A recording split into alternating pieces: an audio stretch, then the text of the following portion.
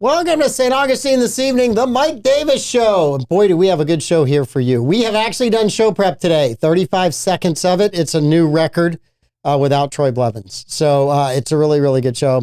All kinds of things to talk about. It is Sports Day for us today. We are going to be bemoaning the death of a franchise, at least for the rest of this season. I'm still crying inside. All kinds of great guests with you. But before we do that, we got to make a little bit of money. Looks like somebody's adjusting cameras. Are you trying to back away so you don't see all of me? Is that what it is? All right. Powell Heating and Air Conditioning. Their dedication to customer service is evident in everything they do. From the moment they answer your call to the time they leave your home, they're working to make you comfortable and confident about the care you receive from Powell Heating and Air Conditioning. They've got a fleet of over 10 trucks and a 15,000 square foot warehouse stocked with parts and equipment to serve you around the clock. And they do mean around the clock. They're open 7 days a week, 24 hours a day, including nights and weekends. That is literally around the clock. And they've been serving us for over 39 years here in St. Augustine.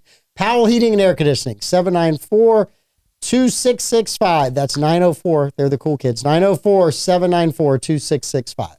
Absolutely. The other cool kids are Bozard Ford Lincoln in St. Augustine. Their goal is to make sure your time and experience buying a car is stress-free, fun, and enjoyable. Bozard is a family-owned Ford dealership that has been in business since 1949. Bozard Ford Lincoln has been the recipient of numerous dealer awards, including being ranked #1 automotive dealership in the nation by Dealer Rater. Bozard Ford has also won back-to-back President's Awards, which is the highest honor given by Ford Motor Company. Check them out online today at bozardford.com or head down there and have a Jiffy Burger at Ford's Garage. If you don't want to head towards 95, go downtown and join the Tringali family for dinner.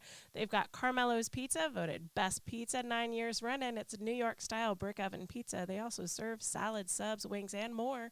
Or you could go to 123 Burger House, voted best burger 3 years running. Chicken, wings, salads, authentic wood-fired pizza, and ice cream for dessert. Both restaurants offer dine-in, takeout, and delivery through Bite Squad and Grubhub. Join the Tringali family and their staff for dinner tonight. I love that the camera was on me the entire time and I didn't know it. I got no camera for me. I love that I was the camera. All right. We also have an ad from Moultrie Creek Diner and Anastasia Diner. These neighborhood diners are more than just a place to eat. They are where hospitality blooms and friends gather. Bring your own friends or make new ones. The coffee is always hot. The smiles are genuine and the food tastes like home. Every meal is a chance to make memories, share stories, and create bonds that last a lifetime. It's not just about the food on the plate, but the community that comes together at the table. Come see us at Moultrie Creek Diner or Anastasia Diner and tell them Andy sent you. So, and by the way, somebody who will remain nameless did a really nice thing for Big Brothers Big Sisters after the show yesterday, and I passed that on to them. So I want to thank one of our sponsors for doing that anonymously. So thank you very much. And we got to welcome Levi back to the show on Wednesday. Yes, thanks for having me. The youth movement continues on the Mike Davis Show. We're the most diverse show on this network. Are we not, Amanda? We are. Just you all by yourself makes. We can make all kinds of jokes about people. We're not going to. We're the I'm With Her channel. Yeah. I'm with Amanda. All right, so we did golf picks last week, so we got to recap those. I actually had to go back and rewatch the show because I didn't write them in the book of bets. I asked them on the desk. I did, but they didn't make it in the book of bets, nor did I take a picture of it, which would have been even easier. Yeah. All this new tech gets me. Booth mic is really low, Amanda. Booth mic. The booth mic. So apparently Cool Man Clay had it set really at the cool level yesterday. All right, how's that, everybody? Yeah, you're not as cool as Clay, so you're going to have to just put the volume up. Sultry sounds of Amanda Bouye. Oh, this is getting better. I asked Blake if he wanted to come back in and go over his picks. He said no, because I think one of them finished 66th. I did not look to see where my picks finished, but Blake had Rory and Hideki Matsuyama, not the picks. Levi had Cam Smith and Scotty Scheffler, who was kind of in it for a little while. He was there he was there on the last day and then just didn't have a round. Yeah, No, he didn't have a round. Amanda copying both Blake and Levi picked Rory and Scotty Scheffler. Me being I had Scheffler. I got out and picked Bryson, and I already had Brooks Koepka. Neither one of them did really well. They both sort of just didn't. And John Daly did have 12 drinks at the bar. That was a bet as well. So I at least got the John Daly. Got the over on the drinks from John. John Daly drink thing right. And 3 or 4 of us mentioned Xander Schauffele, but no one picked Xander Schauffele. No one picked him. And that would have been good because he won. He did. He was on fire the last day. He played really good. I mean, it was fun to watch. I missed some of Saturday's just incredible rain squall that rolled through. Yeah, the weather. And who was it? There was one American that played incredibly well, got all the way up to the top of the leaderboard, struggled a bit on Sunday, and I'm trying to remember who the 72, 48, 36, 72. Yeah, the guy that was leading after 54 holes. Lowry? No, it wasn't Lowry. It was an American. Was it I must American? say Lowry's not American, but Lowry was leading after Friday and Saturday. Yeah. And then this American guy just went out, and he's just a real humble guy. They asked him, he said, look, I'm just trying to play the best golf I can. I've been working at this for a long time. Where'd he finish? He finished behind Justin Rose or tied for Justin Rose because I turned it off. Okay, so like -2, I think, is where they were. Yes. Yeah. Well, I mean, was he the highest finishing American? No, because Xander Schauffele's an American. Oh, is he American? Xander's an American. Okay, so gotcha. yes, he is, which I was very happy the Americans. It's the first time since the early 80s, maybe 1982, that the United States won all 4 majors. Different golfer, but it's the first time since the early 1980s. So take that, Europe, for your Ryder Cup, which I think is next year, right? In the Ryder Cup next year? I think it's next year, yeah. I'm very much, yes. I'm looking forward to the Ryder Cup. I love the Ryder Cup. How about the Olympic team, though? We should do well in that, right? We should. The Olympics should be very, very good for the United States. It should be big. It should be beautiful. It should be the greatest team ever. No, if it had Bryson, it'd be the greatest team ever. That was blasphemy that they left him off the team. Who'd they take instead of him? Someone that didn't deserve it. I can promise you that. Not with the season that he's had. Well, I'm hoping Schauffele made it, and I'm hoping somebody's driving him to the event, and he's not driving himself. His traffic is really bad in France. He should be careful. You guys will get it. Just hang in there. You guys will figure it out. The USA men's golf roster. So, Amanda, how do you feel about you? You didn't lose badly. Yay. You did lose, but you didn't lose badly. So you're going to have to go back and do just a tad of research on Sportz. I mean, I guess I can do that. If I show up and I don't have a terrible showing, then I'm good with that. Is your son into sports? No. Okay. Is Louie into sports? Barely. That's why Gavin's not really into sports. Okay. All right. We just don't have sports on at our house a lot. I don't know how you guys survive without it. We do a lot of nerd stuff, man. Colin Morikawa. Okay. We are not going to do Legos, putting those together here. We're not doing nerd stuff on the show, Amanda. There will not be an entire hour dedicated to Legos. From Legos. We're into Warhammer 40K and D&D and all kinds of stuff. I laughed. My grandson, Shawnee, was like, yeah, I'm going to go play D&D this weekend. I'm like, dude, I've been playing Dungeons and Dragons since it's like 45 years of Dungeons. I haven't played in forever, but I was asking him if the dice was still there. He's like, yeah, it's still there. I'm like, okay. Cool. We have a little kid D&D group that my husband and a priest actually are helping to train D&D in the next generation. It's pretty funny. It was fun because when it came out, there was all these people on the right that thought it was satanic and evil and all. And I was like, it's just a bunch of nerds on a Friday night that can't watch sports, and at that time didn't want to watch the Carol Burnett show, so they started playing Dungeons and Dragons. Yeah, pretty much. That was it. We only had 4 channels back then. Dungeons and Dragons looked pretty fun. Well, what's fun for the kids is, from my perspective as a homeschool mom, is that they're learning how to flesh out characters. They're learning how to develop strategies, and they're learning how to story tell and to kind of spitball in a group to problem solve. So I think it's kind of a cool thing for the little ones to do, even though it's super nerdy. It is incredible. Well, it's better than going to Star Trek conventions. Hey. Hey. He says that because I attended multiple Star Trek conventions. What were you dressed as? I never dressed in costume because my parents didn't buy me a costume. I would have if they had bought me one. They had costumes made because they went on a Star Trek cruise. Mm-hmm. So, Wow. They diehard fans. Yeah.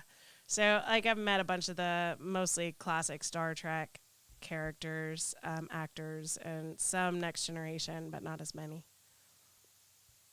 Favorite Star Trek character? Before we go heavy sports, I'll give you one more nerd moment. I would say Picard. He was my captain because I grew up on Next Generation. Okay. But I also liked Dr. McCoy. I thought the first Star Trek, Bones. you had the greatest thing. Kirk had the best advice he could get. He always had the emotional Dr. McCoy giving him advice. Yeah. And then he had the logical Spock. It didn't matter what your feelings were. This is the logical thing to do. Yeah. And as a leader, Kirk got the best advice. It was always opposite, but it was the best advice. I know nothing about Star Trek, y'all. It's all right. Nothing. You're okay. Gene Roddenberry is a cool cat. I mean, if you look into his history, he survived plane crashes and things. He's a cool dude. Yes. I did not know that. Yeah. Okay. Now, you guys want to do Olympics or baseball? Because right now in baseball, Levi and I are in mourning. We are. Our season could be over. It's not over. He's being dramatic. Our season could be over. Our season 100% could be over. The Braves lost Ozzie Albies 6 weeks or 8 weeks to a wrist injury. Yes. Fractured wrist. And we've already lost Acuna. Yep. And the pitching staff's a little beat up. Max Fried went out. Yep. Who's also one of our best players. Yep. So the Braves are like the walking wounded right now. And who comes to town? The Troy and Blake Blevins Reds with lunch on the line. And so what do we do Monday? We lose big. What do we do earlier today? We got postponed yesterday. Then we lose even bigger today in the noon game. Our only hope is our pitcher today. Who is like top 3 pitcher in the league. Yes. So if they want to bet head up on that game, that's the one game I'll take the Braves on. Right now, I'm trying to avoid the sweep and having to buy dessert. If your team gets swept or shut out, you not only have to buy lunch, but you got to buy dessert at the lunch. That's like the worst thing is when you're at lunch and they go, yeah, I'll have dessert too, just for one of us. Injury to insult. It is. There. And we had to figure out what the sweep and the shutout would look like. And that we figured that was the best way to do it was dessert at lunch. Because you never eat dessert at lunch unless your team wins bigly. Yeah. So right now I'm hoping the Braves can hold off the Reds tonight. But baseball season may be over for me if they do not right there. They will, if they can get to the postseason and get their players back, get a little healthier, they can be a problem. They just have no offense. The pitching hasn't been an issue this season. It's just been the offense. Mm-hmm. The bats have been terrible. And last year we were by far the best offensive team in the league. One of the greatest of all time. One of the best of all time last year. It's crazy. And we met the Phillies in the playoffs. Yeah, right. And it all started. Yes, I don't know. As a Braves fan, I hope they right the ship. I've been reading about all these trades they were going to make for outfielders and stuff because the trade deadline's coming up. Yep.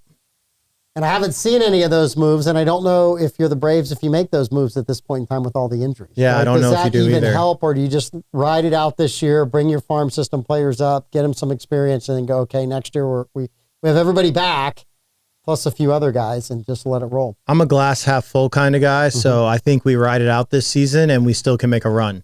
Very rarely does the team that is best during the regular season win the World Series. Yes. That rarely happens in baseball. So, when we won it, what was it, 2-3 years ago? 3 years ago when we won it, we were terrible until the All-Star break. We made some trades, and we were the best team after the All-Star break. And we got hot. Yeah. And if you get hot at the right time in sports, everyone knows you can win a championship. Well, and baseball more so than any other sport because the season is so long. There's 162 games. 162 There's every month some team is better than the other teams. Rarely is it the same team throughout the entire season. And then rarely do they carry that into the postseason because it's just such a long, long, long season. Yep. So, Braves can get hot at the end, be the last team to limp into the playoffs and still win the whole thing. Yep. Yeah. Believe me, as a Braves fan, knowing that we had the best franchise in the 90s and only got one World Series out of it. Yeah, 2 appearances and 1 championship. Yeah, I know. I'm not still angry about it. 14 straight division titles, though. Anybody ever says that Kirk Herbeck should be in the Hall of Fame, I'm going to be furious. Lifted his leg off the base. My brother was super into the Braves when they were so hot in the 90s, and my dad was a Pirates fan. And so when the Braves beat the Pirates in, I don't know, the World Series or whatever, my dad, like, hulked out and ripped his shirt open. And when they moved, what was it, 15, 20 years later, we were still finding buttons from that shirt. Mm-hmm. That was some of the best baseball because the Pirates at that time were literally the best team on paper, maybe one of the best teams ever as far as hitting and pitching. And they had a great coach in Jim Leland, and Bobby Cox got him 2 years in a row. Yep. It was just fun to watch because all the announcers had Bonds and Bonilla and all these guys going to the World Series, and the Braves shut them down. Yes, they did. With a team that was really the first year we went. I mean, our fourth starting pitcher was Charlie Liebrand. We had 3 solids, and then we had Charlie. Yeah. Liebrand.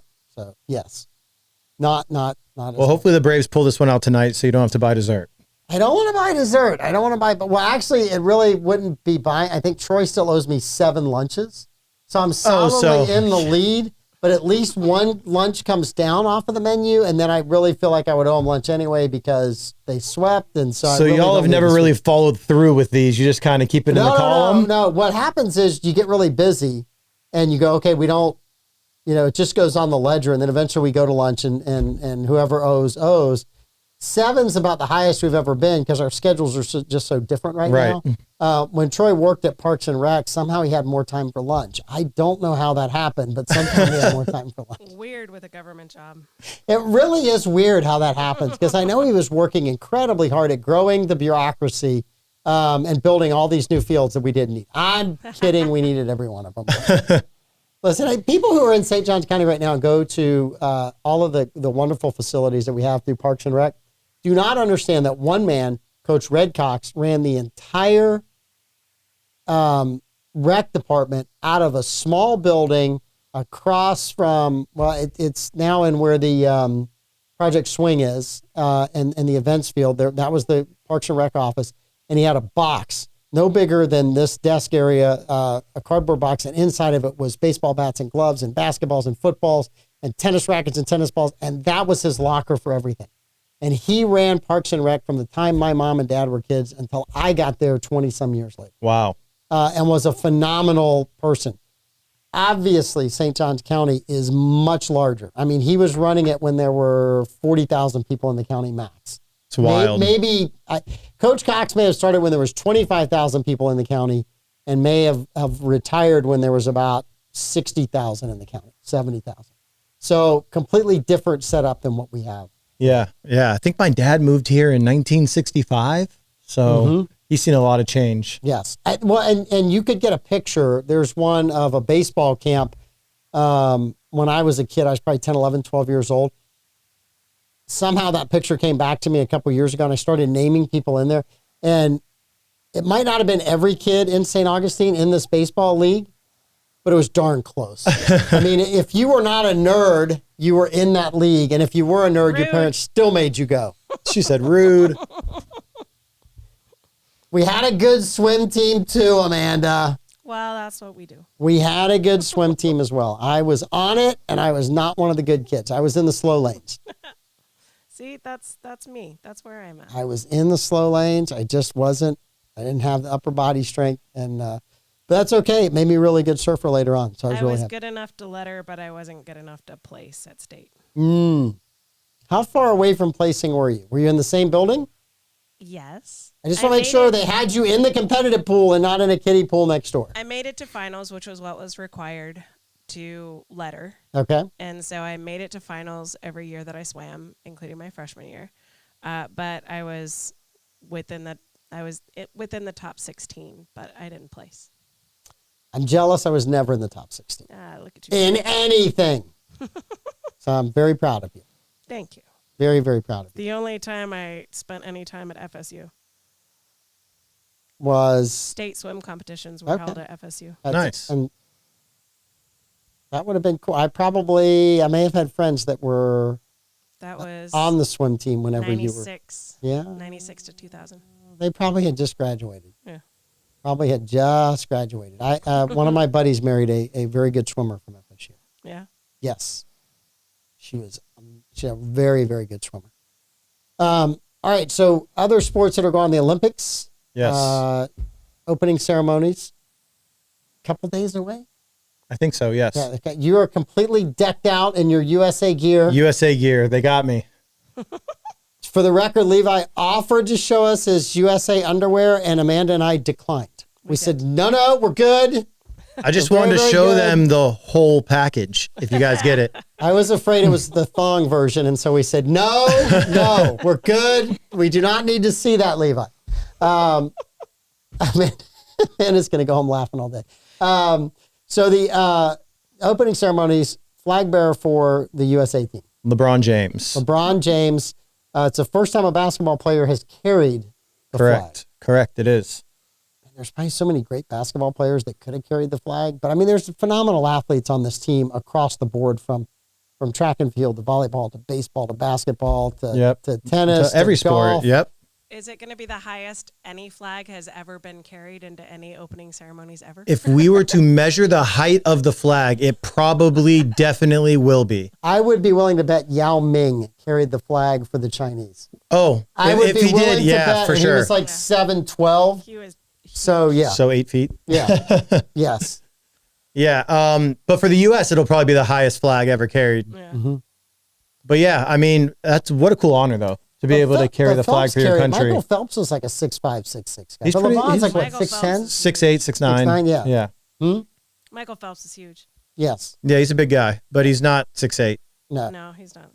Well, I think that's really, really cool. I worry about security at the Olympics. Me too. I really, truly do. France has a lot of internal issues, and I just they hope do. that the security is good there for all these athletes because they've worked their whole life just to be able to compete. But you also have people that have worked their whole life to make a political statement, and that's an opportunity if you can disrupt the games to do that for a whole host of different reasons. So, which is crazy to think about that, right? I've worked my whole life to compete in an Olympic sport, and somebody else like, well, I've worked my whole life to disrupt everything, and you're everything. So I hope that the French are up for it, and I hope that it goes off well with anybody getting hurt. I think it will. I hope so. I'm just a little nervous. Glass half full, Mike. I know. I'm just always nervous. Goodness gracious. I love the Olympics. I'm just nervous about where it's being held. And I would say the same thing because I think LA is 2028. Yes. Yeah. So I'm going to say the same thing about LA when they roll the Olympics in there in 2028. I mean, it's a huge city. It's going to be interesting what they do to try and make LA look like it's a prosperous city by that time. I mean, we'll see. I mean, it could be West China by then. I don't think it'll be West China.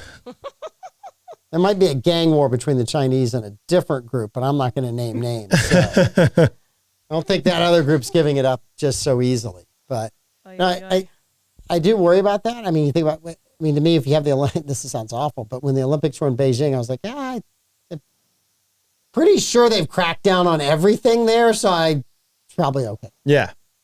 I mean, There's just less likelihood of, if you've been cracked down on as many times as they have, of actually doing something wrong. So, but no, I hope it all goes well. I'm looking forward to some of the different events. What's the one sport you're most, and basketball's got to be one in the top 2 or 3 because they have not played well.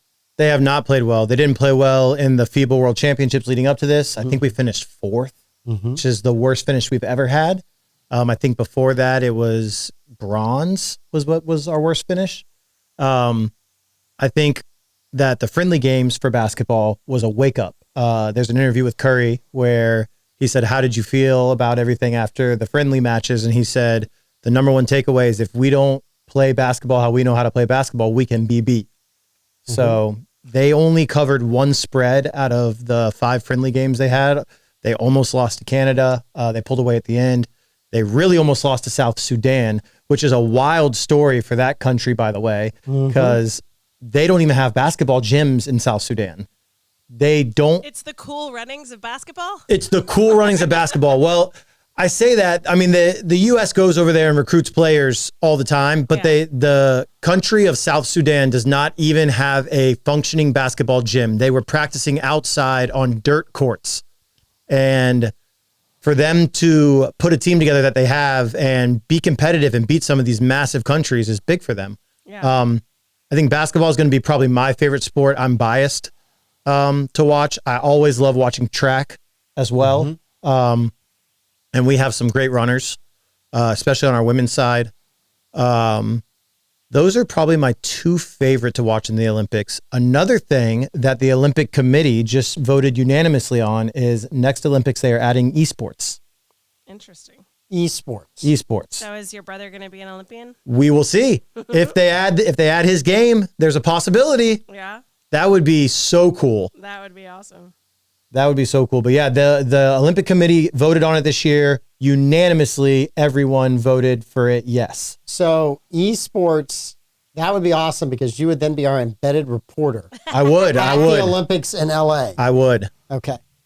You're not taking any contracts with anybody else who would actually pay you real money. You're going to have to do it for free for us. And for it the would 904 Now Network. It would kind of stink like the one time I get to go is LA. Yeah. It would literally stink. Yeah, it would literally stink. You'd exactly. have to get the poo app. That's San Francisco. It's California. It's exactly. San Francisco. They don't have an app like that in LA. Yeah, it's too organized for LA. They pay people to go pick that stuff up. So Kathy's got some on here, indoor and out and beach volleyball. To me, those are really, really fun. I love beach volleyball. Yes. The gymnastics is always really interesting. It is. I've never watched. It's the sports like what do you never watch but once every gymnastics? Yeah, gymnastics, weightlifting. Yeah, only the women's team though, because the men's team can never. The U.S. men's team always kind of struggles in gymnastics. They do. But the women, and once in a while the men will do well, and I'm happy for them when they do. But the women's team is just rock stars. They are. They're just fun to watch, and it doesn't matter like. The rest of the world can be playing with nosebleeds because they're playing so far above their head.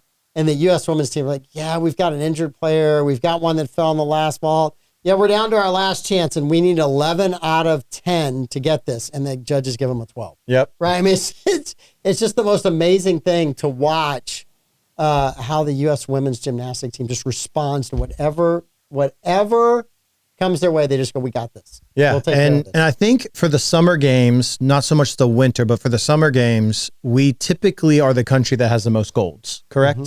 Summer games we do. Winter games, it's usually Norway, Sweden, and those countries because there's so many Icelandic sports that are still around. Yep, and so they tend to do very, very well in those. Yep. Summer Olympics, usually the U.S. crushes everybody. Yeah. Mm-hmm.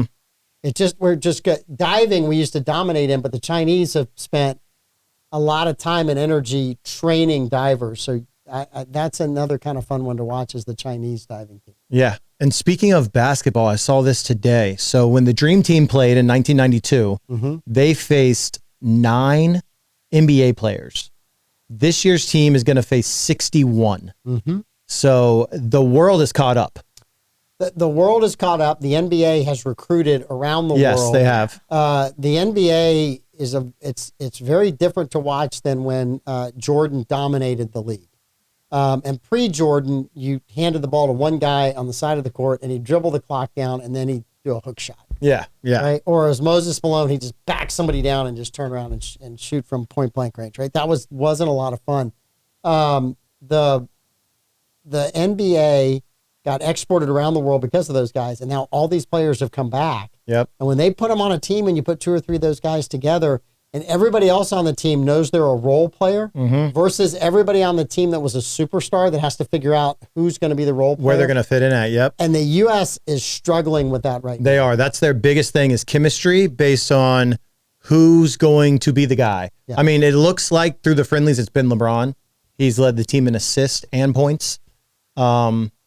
And what were you going to say? I am not a team LeBron guy, but LeBron the last 2 games has bailed the U.S.'s bacon out of the fire. Oh, yeah. They would have lost to South Sudan. And I'm going to have to start being team LeBron. It'll be the first time in my entire life. So you've never liked LeBron? I've just never been a LeBron fan. That's okay. He was a Cleveland Cavalier. I was never he was the Miami Heat, just wasn't there. And then he was back to Cleveland, and then he's in LA, and it's like, okay. Now, I think what he's done and his longevity in his career is absolutely amazing. Yeah. I think that is unbelievable for him to be in the shape that he is in at his age. He has got to be working his tail off. I've just never been just a huge... I believe he said he wanted to play with his son in the NBA, so he's doing everything he can to stay in shape so he can play with his son. Well, his son's on the team this year. He is. And if he buys a team in Vegas, his son can start. And his other son can play on that team. Yeah. He might be able to play with both of them if he keeps it up. We'll see. I think that's one of the remarkable things is, he's late 30s? He turns 40 in a couple months. Yeah, that's just unbelievable to play that sport. I played basketball into my mid-40s in city leagues. I know guys that played into their 60s and 70s here in town and 80s in town. But eventually your body just goes, I'm just not getting beat up anymore. I'm just done running up and down the floor. Well, they didn't have stem cell research around when you were younger. Who knows if you would have got your knees popped with stem cells. Ice baths. Yep. Massage therapists before and after the game. Yep. Dietitians that traveled with you. Yep. Chefs, all these kind of things. Yes. Parabolic cold chambers, all that. Playing for free in a city league might be a little different than playing for millions of dollars. I did it for the love of the game. For sure. I did it for the love of the game. Yeah, but you're probably willing to put your body through less for just for the love of the game than if you're getting millions of dollars. Well, millions of dollars, I'd want people taking care of me so I could keep making millions of dollars. And the people taking care of you want you to keep playing because you'll keep getting paid. They'll keep getting paid. They'll keep getting their percentage. Yes. So it's kind of this symbiotic relationship, right? I keep you on the court. You keep writing me a check. Yeah. You get injured, and I got to go find another player that wants to pay me this much money to do massage therapy and ice baths and all the other stuff. Yep. And the other is just that the training techniques that are out there today are so much better than what the training techniques were. For sure. And it's always evolving. I mean, who knows where it'll be in the next 5 years? Yes. All right. Amanda, sports you're looking forward to? So breakdancing is in the Olympics now, so I'm I should have known. You and Troy Blevins. What's going on with the breakdancing? Wait, it's actually in the Olympics? Yes. When are they going to add cornhole so I can join? That's in the 2032 Olympics. Oh my word, it's so funny. What esports are they talking about admitting in? Are they doing like drone flying and that kind of stuff? Or are they doing No, video games? I don't think drone flying qualifies as an esport. Okay. I think it's strictly video games are what they call esports. I would assume it would be the biggest titles in the world, which would be the games like Counter-Strike Go. Mm-hmm. It would be League of Legends. Okay. It would be another game called Dota. Those are the three biggest by far. And then comes, Fortnite, Call of Duty, and these other games that we play that are kind of newer. But those three titles are by far, longevity-wise, the biggest esports in the world. I am so back to parents telling their kids, get out of the house, quit playing video games, go outside. And that parent that hounded their kids and the kid becomes a millionaire. An Olympian. And then an Olympian. It's like, yeah, Mom, aren't you glad I didn't listen to you? I have a gold medal. Well, I would love to watch that as the child comes back. Maybe we'll get firsthand experience with Evan. I would love to film that. That would be awesome. No, I think that's really just a neat opportunity. Yeah, I mean, Evan had to keep in mind, like, my family very well. My parents spent thousands of dollars for him to play travel basketball. Yes. For him to get scholarship offers and then sit them down and say, hey, look, I'm going to go do this and not even go to college. They almost fell out of their seats. Yes, all those weekends. Spent. We could have just let you play video games. Could have just let him play the video game, yep. I know. That is one of the things that I think parents struggle with right now. If your kids are into sports, how much travel ball and how soon? Yep. And it starts at like 12. I can remember going to our first one with Reese. We're down in Orlando. We got ragtag uniforms on. Nothing matches up. I think the team we're playing had beautifully matched uniforms. I think their shoes were all from a sponsor. Yep. And we're talking to the parents like, well, this is our first tournament. How many tournaments? You guys look pretty good. How many tournaments have you been to a year? Oh, we usually do 40 tournaments a year. Yep. And you're like, you only take 12 weeks off a year. And you start counting the holidays up, and it's like, so if it's not a holiday weekend, that's like Christmas, Thanksgiving, New Year's, you're in a gym. and your kids are playing 10 times a week, and then you got 2 practices a week, and it's like, I played in the Easter tournament. So every Easter for 4 years, I was at Disney. I played in the Christmas tournaments. I played in the Thanksgiving tournaments. All the tournaments are on those holidays as well. so people will be there. So people will be there. Exactly. So I had firsthand experience with it, especially my last year when I was with Nike Team Florida. And that's a very high level of competition. Yeah, correct. Who else was on the team with you? From St. Augustine area or just in general? Just in general. So we had a whole bunch of people. Don't tell me Josh was playing on the team with you. Josh who?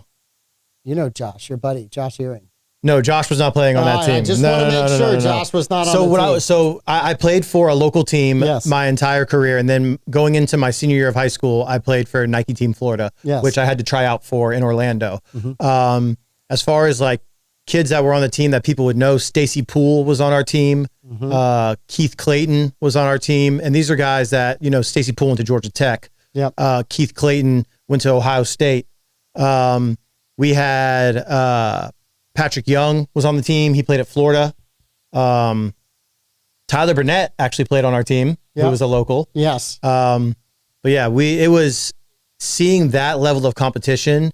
I realized that how far behind I was the previous years, not seeing that every summer.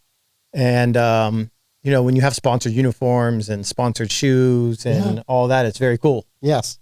Well, and that group was a very, very good team. I think you played against some of those kids locally Out of Jacksonville, because yes. they went to Arlington Country Day and Providence at the yes. time, which were 2 of the most dominant programs at the time. Yes. I've ever told you a story. My fraternity brothers and I used to always go to the state playoffs in Lakeland. Uh-huh. So we would always skip class. We'd go watch these games to kind of look and see who was coming in.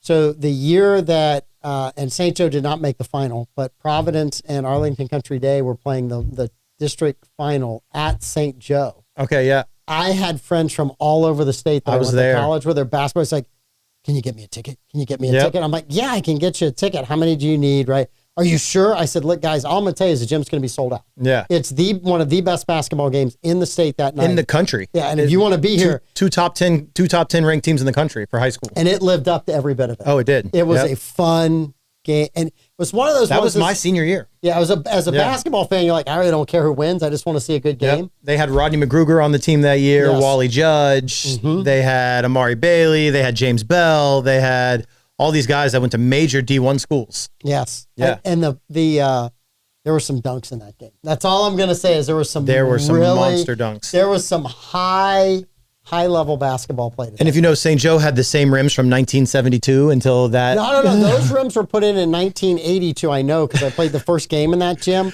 So we didn't take the rims from downtown. I thought they were going to break the rims off. No, I did too. I think it was years. I mean, people were dunking more when you played than when we were.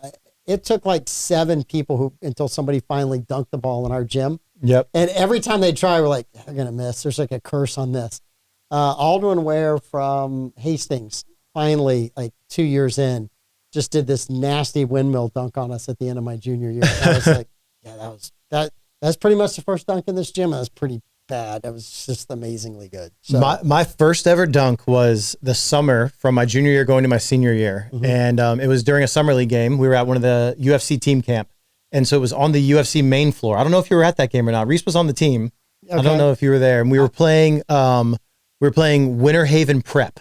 Okay. Who they were like a top 1A school in the whole country. And they're beating the brakes off of us. And I Yes. got a fast break and I got my first ever dunk at the UFC arena. So that's like so cool to me. That was where my first dunk was. So 2 years later, 3 years later, 4 or 5 years later, Ethan's team was there for summer camp.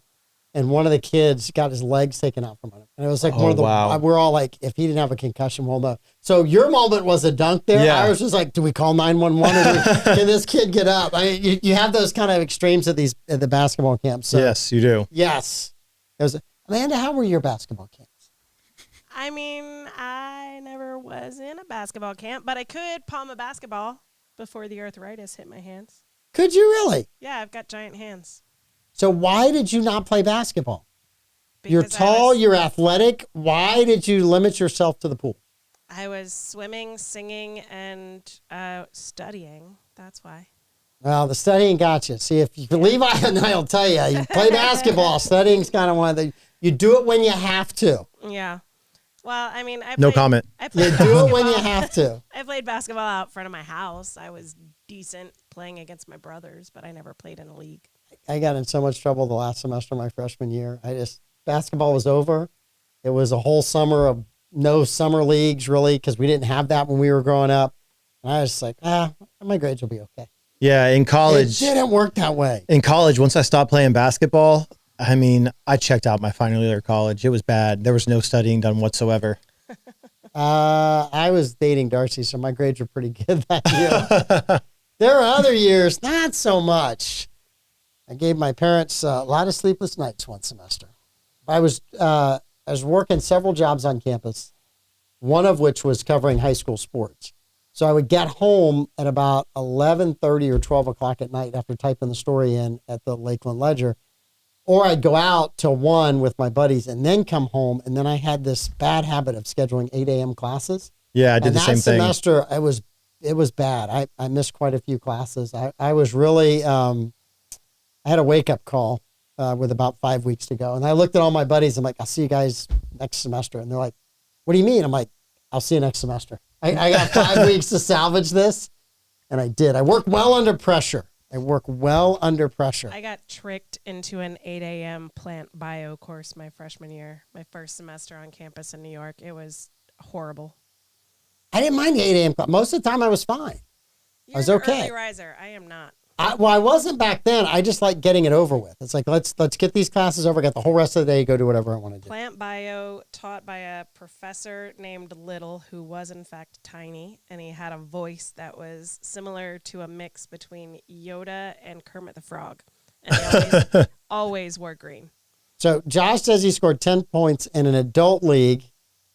All right, Josh, just because they charge 12-year-olds the adult price to go to the movies does not make the league you scored 10 points in an adult league. I'm just saying. Josh was a decent player. He could play. Points. Josh could play. God, there were some really, really fun games in that gym. A lot of fun games in that Y gym.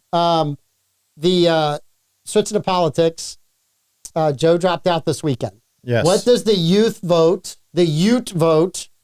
I'll still consider you a Ute because you're much younger than Amanda. What does Ute mean? What is this term? Youth. Yes. So my cousin Vinny. Okay. Yep. He was Great talking movie. before the judge, the two Utes. Okay. And he couldn't say youth, so he said Utes. Okay. And so we have kept that alive because My Cousin Vinny is one of the greatest movies of all time. I tried to get my younger brother to watch that, and he refuses to watch a movie that's like pre-2005 because he doesn't think that the cameras are good enough. And I'm like, you're missing out on so much quality movies. Tell him it's a filter. Yes. Tell him it's done this way on purpose to look older. Marissa Tomei was phenomenal in that movie. She the won an judge Oscar, was didn't great she? in that. Yes. But yes, switching to politics. Yeah, so switching to politics, what does the younger vote think about no longer Biden and Kamala Harris now in the race? As the presumptive nominee without any votes being taken. I mean, it's the whole side of the aisle on that side is just mayhem. It's a joke.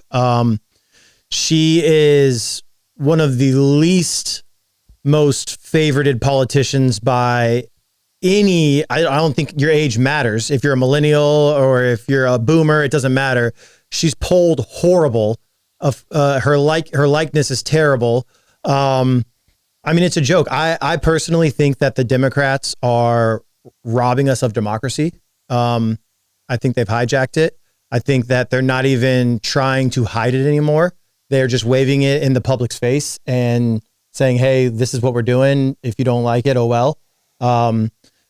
What is happening right now is making me believe that in 2020, there was election fraud committed, even more so. I think that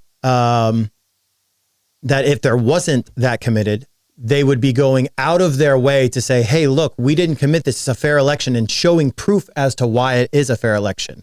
Only people that are guilty try to just not talk about it and just be like, brush it under the rug. It's settled. we didn't show you anything, but it's settled, right? So for me, I'm a numbers guy. I just would like to have seen more information. I would have liked to seen some in-depth. The press just moved on.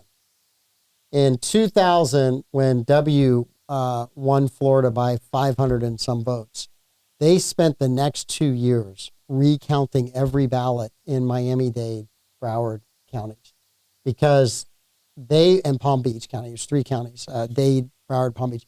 They wanted to prove if they did a manual recount themselves that Al Gore would have won Florida, and therefore Al Gore would have been the president. And every time they counted, it came up a slightly higher margin for W. Right? So every single time they did it, but they were bound and determined if they just did that. To me, I look at it and I go, that's at least some honesty and some dogged reporting of going and checking that. Yes. No one did that in the states that anybody said, hey, this is maybe there was something unethical or something bad happened, or they didn't count all the votes, or they counted it, but nobody went and did the actual counts. And to me, that's the part of reporting that we missed today, because the media today, if their guy wins, they don't really care how it happened as long as their guy won. Well, if you look at it, right? I mean, look, the Dems everyone was supporting Joe Biden publicly. Then the debate happens. Mm-hmm. Then it was just a complete 180 turn on the guy from all angles of the party. Whereas if you really thought he was doing a good job, if you really thought he was running the country, should have been president, then why would you all just turn on him like this? They have what I like to call the deep state moving the needle. They're puppets. They're just telling them what to say, when to say it, how to present it to the public. They're using their media conglomerates to do it. I'm glad that the legacy media is slowly declining. If you look at popular political YouTube channels, major ones, they are blowing legacy media out the water when it comes to views. Companies like Valuetainment did, I think, 150 million views last month, and CNN did 34 million. I don't think it's slowly happening. I think it was a slow process back in the late 80s, 90s, and 2000s. It hit light speed the last 4 or 5 years. Yes, I agree with that. Mainly because I think enough people said, hey, I'm getting lied to by everybody, and I got to go find someplace else. Yes. So people started searching for media, which then gave content creators an opportunity to have a show and to have a channel, and people to go say, well, I'm going to go get my news from a bunch of different people. There's nobody watching CNN. Nobody. There are more people watching the Cartoon Network. Yes. Than they're watching CNN. MSNBC News and CNN together are still less than Fox, but Fox's numbers have never recovered from firing Tucker Carlson. Yes. They have not recovered. And there's only... Tucker has done very well. Tucker will continue to do well. The only show I can watch on Fox is Gutfeld. Yes. And I love Gutfeld. I think he's very irreverent. He's very funny. I can do Gutfeld and his panel.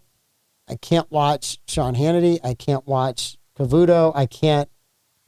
They're just maddening to watch them because it's the same stuff. And this is the thing that people that dislike Trump, and I see it every day on Facebook, and I know you do too on social media. It's like, do you not understand that the system that's in place today wants us to argue with one another?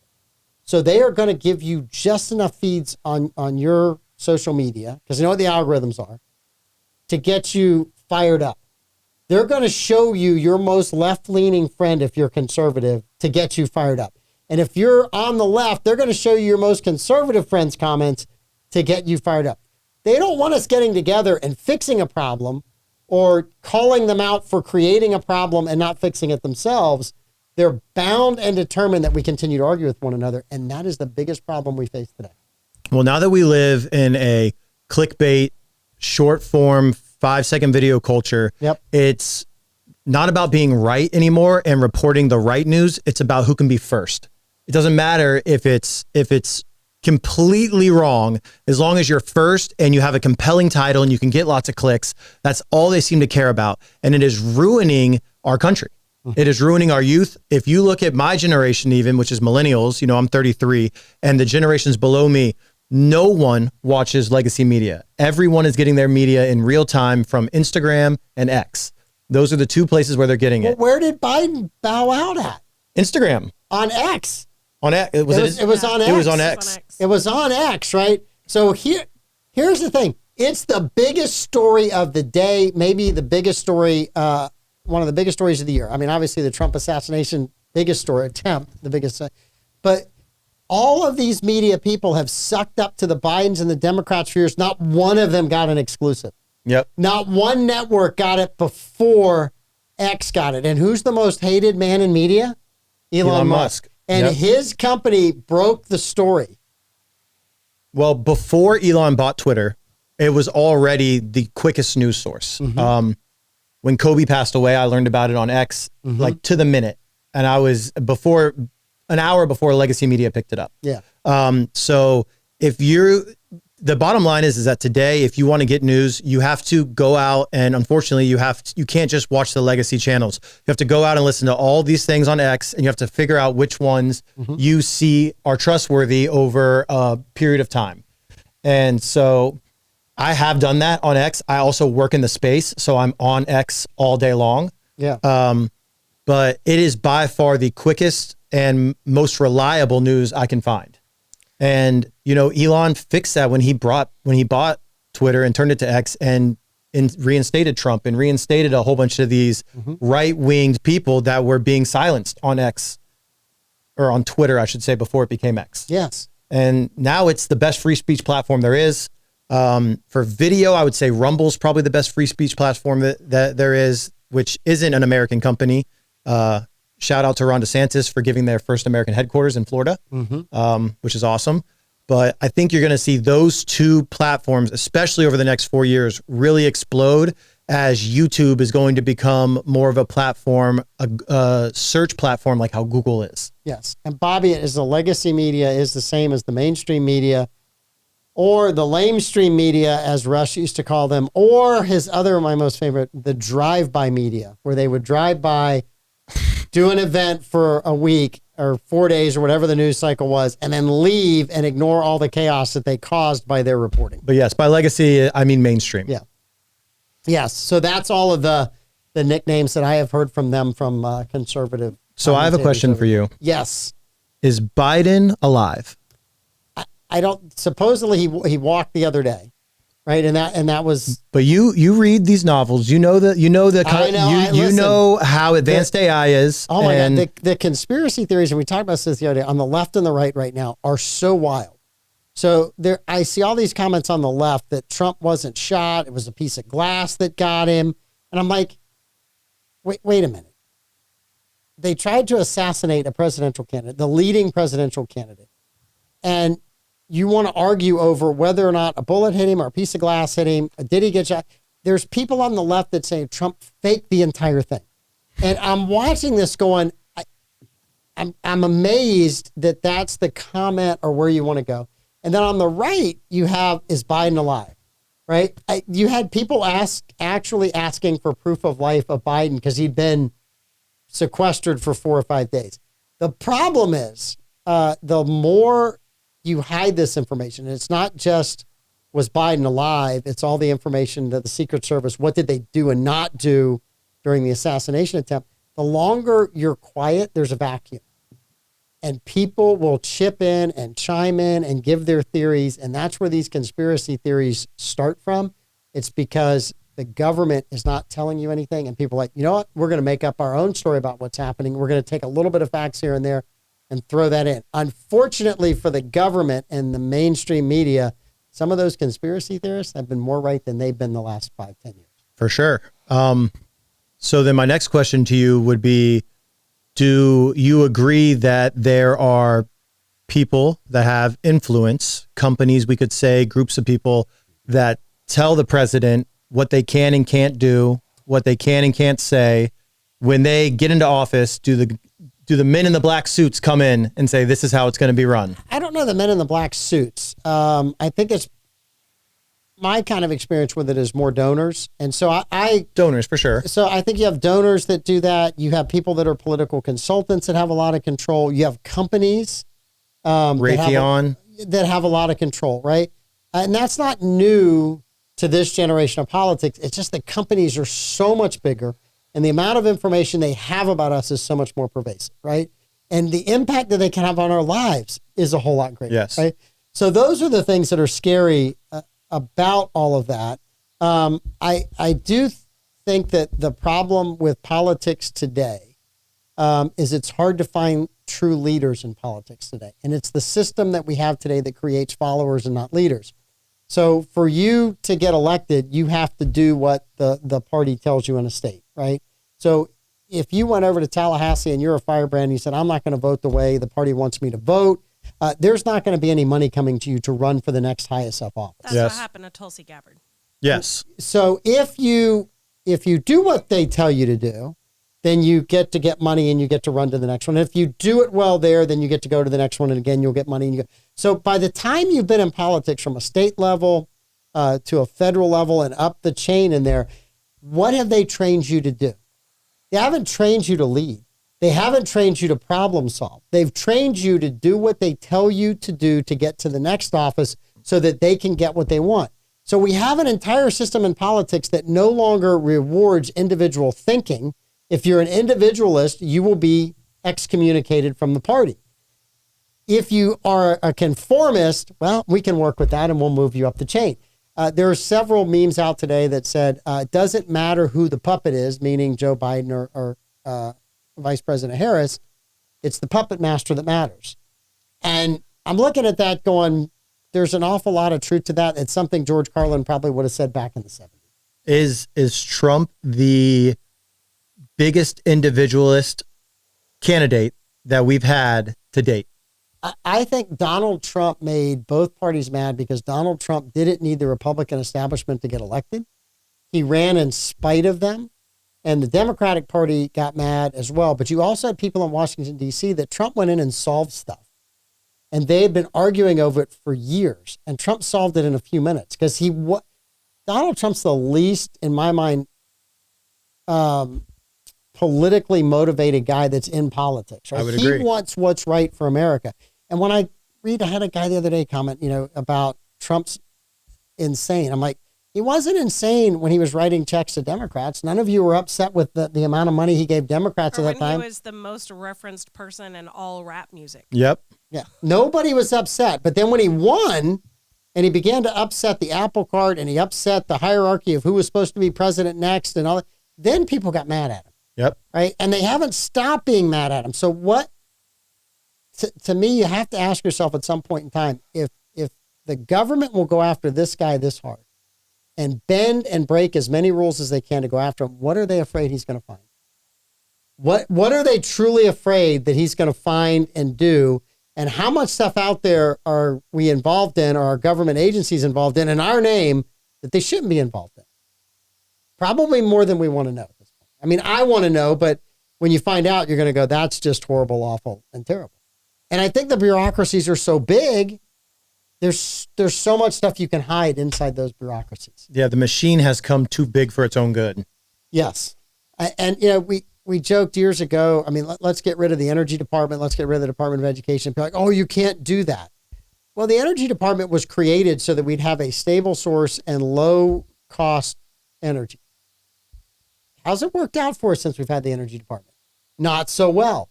The education department was set up so that Americans would be better students in school. So where are our grades now versus 40 years ago? Where are our test scores now versus 40 years ago? They've gone down every year. They've gone down. So it hasn't worked. But people that defend the system, and this is the thing that's crazy for me in my lifetime, watching Democrats attack the system in the 60s to those same Democrats defending the system and the man. That was one of the great sayings in this, long before you got here and Amanda got here, is you can't trust the man. That was a big saying in the you can't trust the man. Yeah, I've heard that before. Well, now every Democrat that's out there that's older than me, that I know that's a true, you have to listen to the government. You have to do what the government tells you to do. I'm like, what happened to the man? You guys became the man, and now you're do you not see the irony in that, right? And I watch people, and I think that is just the craziest thing, that you don't see the irony in that. Yeah, I mean, here's the thing, right? I think that the people that hold power in the government are far too old to have the future of America in the greater good future of America in mind, Yes. right? I think that some of these officials that were not elected to office, that once they get in these positions that they were appointed into, can be there for life is ridiculous.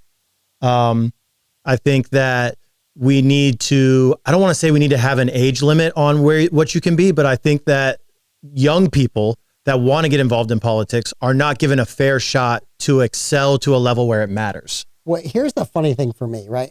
I hear people that are older than me in their 70s and 80s, and they're like, these young people today are screwing everything up. And then I talk to my kids who are your age and younger. Yes. And they're like, what the hell did we do? We're not in charge of anything. Yep. We don't run a single department, and we're not in charge of anything. Yeah. So why are you blaming us? And I got to look at them and go, it's a really good point. The people that are in charge are all the older people, right? Or people that won't give up power. So yeah, I completely agree with that. I feel like we got to tone everything down, and you got to sit and start looking at, well, what are our problems and who wants us to not get along with one another? And that's the first problem we got to fix. Yeah. I mean, all this incendiary stuff that I see, and it's just telling me that people that repost that stuff and recite that stuff and poke at it, you guys are falling into the trap that they don't want us to get along. And we had a country where we got along. We disagreed on issues, but we got along. But you've now been told that the other side's an existential threat to your livelihood. And that's bad for the country when you believe that lie. Because I think that most people that are Democrats, I would say 95% of them, I could get along with. There's a segment of Democrats and Republicans that even I couldn't get along with, right? And independents. Well, the bottom line is that if you took all of the Americans in America right now, all of us probably fall somewhere in the middle, maybe leaning one way this way, one way this way, but generally we're all kind of in the same area. Mm-hmm. And then we've got these massive parties that have these huge, they're so far to the right and so far to the left that they are just hammering these extreme ideologies into people's heads and are like, if you don't believe exactly what I'm telling you, then you are against me. And that's not how it is. That's not how it needs to be. No. And that's what's really hurting us from a political standpoint right now as a country. Speaking of people not getting along, BLM is calling out the Democrats for installing Kamala Harris as the candidate. They do not want her as the candidate, and they are angry about it. Listen, I talked to my black friends, and they say Trump's going to be our first black president. He's fought cases. He's been shot at. They can't kill him. So he's got baby mamas. He's got baby mamas. He's more gangster than all of them. Mm-hmm. So should we end with a quote from our illustrious Democratic nominee? Before we do that, I just want to say that whenever the country goes to hell in a handbasket, I'm blaming Amanda. Amanda's taking the blame. Amanda's taking the blame for this. That's fine. It's always my fault.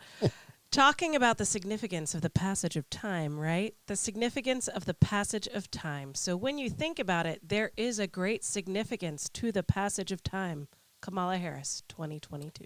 And on that note, we're out of time, and we will see you tomorrow. Levi, Amanda, thank you so much. Thanks, y'all. Bye.